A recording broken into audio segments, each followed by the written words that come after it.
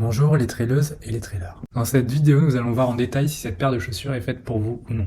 Avant de commencer, je vous rappelle que vous avez le lien de la chaussure dans la description avec un code promo de 15% pour ceux qui seraient intéressés. Dans l'univers du trail running, Adidas s'est imposé comme une marque capable de conjuguer performance pure et innovation technique, notamment sur les formats rapides et longue distance. Des modèles emblématiques comme la TRX Agravix Speed Ultra, victorieuse sur des courses mythiques telles que la Western States, ont marqué un tournant dans la notion de super shoes appliquée au trail. Autour de ce best-seller, la gamme TRX regorge d'autres références performantes pensées pour l'entraînement, la montagne ou l'ultra. Avec l'Agravix Speed Ultra 2, la question est claire, Adidas a-t-elle choisi de capitaliser sur une recette gagnante ou d'aller plus loin pour repousser encore les limites? C'est précisément ce que ce test terrain va analyser. L'Adidas Agravix Speed Ultra 2 est une chaussure de trail clairement positionnée sur le segment haut de gamme, pensée pour un public averti, exigeant et déjà expérimenté sur les sentiers. À mon sens, ce modèle ne s'adresse pas aux coureurs occasionnels, mais bien à celles et ceux qui cherchent à performer, à maintenir de l'intensité sur de longues heures et à exploiter pleinement une chaussure très directive. Vous serez le profil parfait si vous êtes pratiquant régulier de trail alpin et de format ultra, et que votre objectif est d'aller vite, longtemps, sans compromis sur la précision de pose de pied. Type de foulée. Le type de foulée visé est neutre avec une préférence marquée pour les coureurs qui attaquent le sol par le médio-pied, voire l'avant-pied. Je l'ai personnellement ressenti comme peu tolérante à une attaque talon prononcée, surtout à allure modérée. En revanche, redoutablement efficace dès que le rythme s'élève. La géométrie très marquée du rocker, combinée aux Energy Roads en carbone, incite naturellement à une foulée dynamique, roulante, presque automatique, ce qui peut transformer une fin de course difficile en une section plus fluide si la technique suit. Distance. Concernant la distance, je considère la Gravix Speed Ultra 2 comme une spécialiste des longues sorties et des compétitions de trail long et d'ultra trail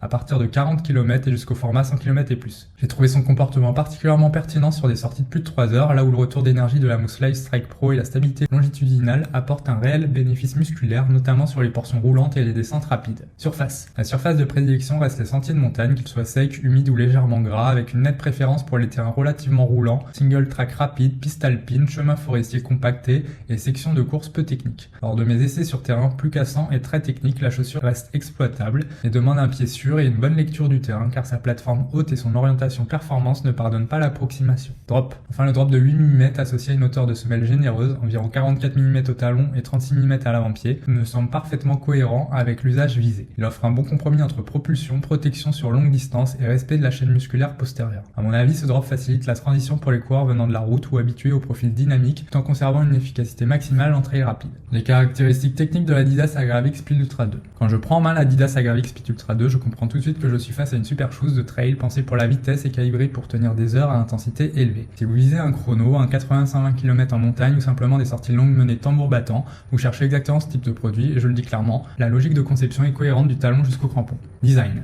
Sur le design, je note une silhouette tendue très racée avec une géométrie prononcée qui donne envie d'accélérer même quand l'allure devait rester calme. Le rocker est visiblement accentué et en cours je l'ai senti guider le déroulé du pied vers l'avant, surtout dès que je pose au médio-pied. La plateforme est imposante et les côtés annoncés donnent une idée précise de l'architecture. Environ 80 mm au talon, 50 mm au médio-pied, 115 mm à l'avant-pied, ce qui explique en partie la sensation de bateau rapide, stable dans l'axe mais exigeant latéralement quand le terrain vrille. Matériaux et durabilité. Côté matériaux, l'empeigne évolue nettement par rapport à la V1 et c'est à mon avis une des vraies améliorations. On retrouve un mesh plus proche d'une toile type parachute, plus robuste en apparence, tout en restant léger et respirant. Sur mes sorties, j'ai apprécié un maintien plus franc du médio-pied, là où la première version pouvait donner un sentiment de flottement, surtout quand la fatigue fait baisser la précision de pose. Les lacets sont annoncés plus larges et la zone talon bénéficie d'un peu plus de padding, ce qui réduit dans les faits les risques d'irritation, un point que beaucoup reprochaient à la V1. Adhérence et accroche. Pour l'adhérence, l'Adidas s'appuie sur le caoutchouc Continental, un classique sérieux en trail, et la semelle externe adopte une couverture quasi intégrale avec des crampons annoncés entre 3 et 5 mm. Dans mon expérience, c'est un choix pertinent pour les sentiers roulants humides, les relances en sous-bois et les descentes rapides sur terrain compact, là où la traction reste prévisible. Je reste en revanche plus prudent sur les dalles lisses, très mouillées ou les pieds instables, non pas parce que le grip est mauvais,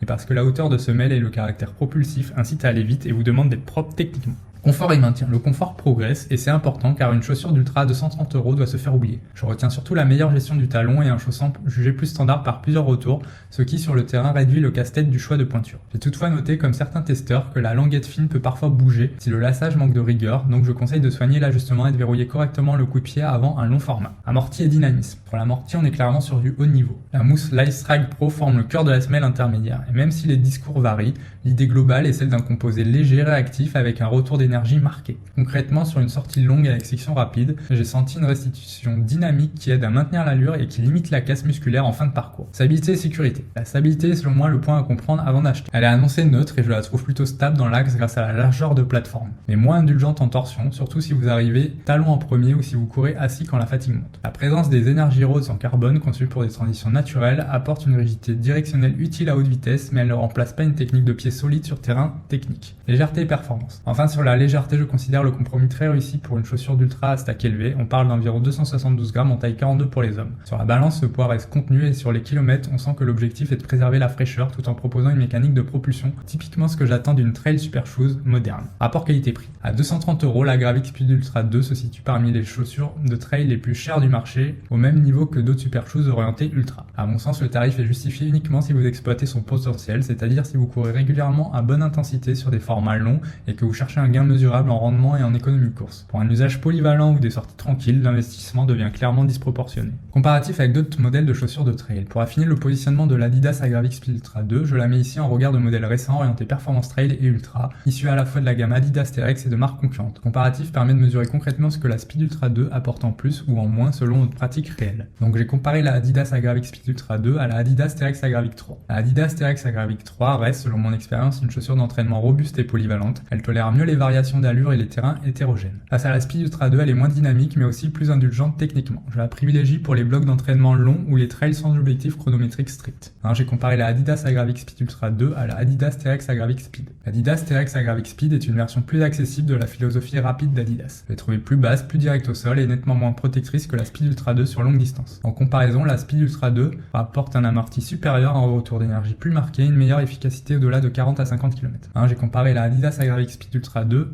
à la Adidas TRX Ultrstride Ultra. L'Adidas TRX Ultrstride Ultra s'adresse à un public plus large avec une approche confort et endurance. Elle m'a semblé plus stable et plus tolérante à allure modérée que la Speed Ultra 2, mais beaucoup moins propulsive. Là où la Speed Ultra 2 pousse à accélérer, la Ultrstride Ultra accompagne un rythme constant sans chercher la performance pure. J'ai comparé par rapport à des modèles concurrents. Donc la Adidas Gravix Speed Ultra 2 par rapport à la New Balance Super Comp Trail. La New Balance Super Comp Trail intègre également une plaque carbone et une mousse énergique. En comparaison directe, je la trouve plus stable latéralement et plus rassurante sur terrain irrégulier, mais moins agressive dans la relance. La Speed Ultra 2 conserve l'avantage sur le dynamisme et la sensation de vitesse, surtout sur sentier roulant. Maintenant, j'ai comparé la Speed Ultra 2 à la Hoka Rocket X-Trail. La Hoka Rocket X-Trail transporte l'ADN route carbone de Hoka vers le trail. Je la ressens plus rigide et plus sèche que la Speed Ultra 2, avec un amorti moins tolérant sur Ultra. En revanche, elle se montre très efficace sur trail court à intermédiaire rapide. La Speed Ultra 2 reste plus cohérente dès que les distances s'allongent. Et enfin, j'ai comparé la Adidas Gravix Speed Ultra 2 à la The North Face Summit Vective Sky 2. La The North Face Summit Vective Sky 2 mise sur une plaque carbone et une géométrie directionnelle proche sur le papier de la Speed Ultra 2. Sur le terrain, je la trouve plus stable, à faible allure et plus sécurisante en descente technique, mais moins joueuse et moins dynamique. La Speed Ultra 2 conserve un net avantage en rendement pur. Mon verdict final.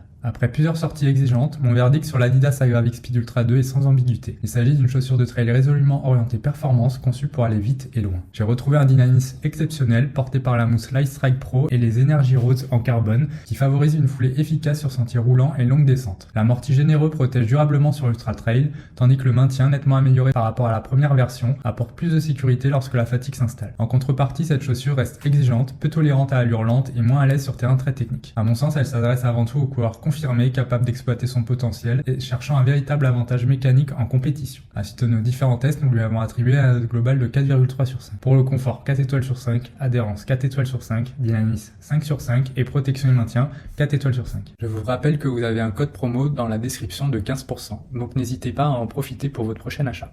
À bientôt pour une prochaine vidéo. Au revoir.